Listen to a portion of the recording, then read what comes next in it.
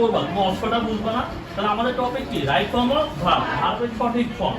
তাহলে এই যে পৃথিবী সূর্যের চারদিকে ঘুরে, এটা কি চিরন্তন সত্য বাক্য। আর এরকম ইউনিভার্সাল ট্রুথ, চিরন্তন সত্য বাক্যে কোন টেন্স তোমার বসাইতে হবে?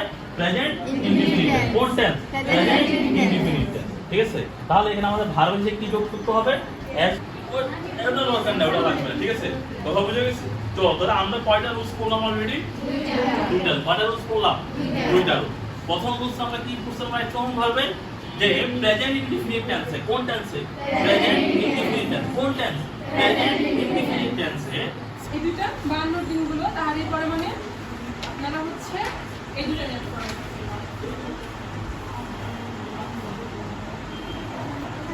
বাক্য সংযোজন, বিলাসী, প্রতিদান, তাহারই পরে মানে। আর আজকে কি বাক্য হয়েছে? সন্ধি। সন্ধি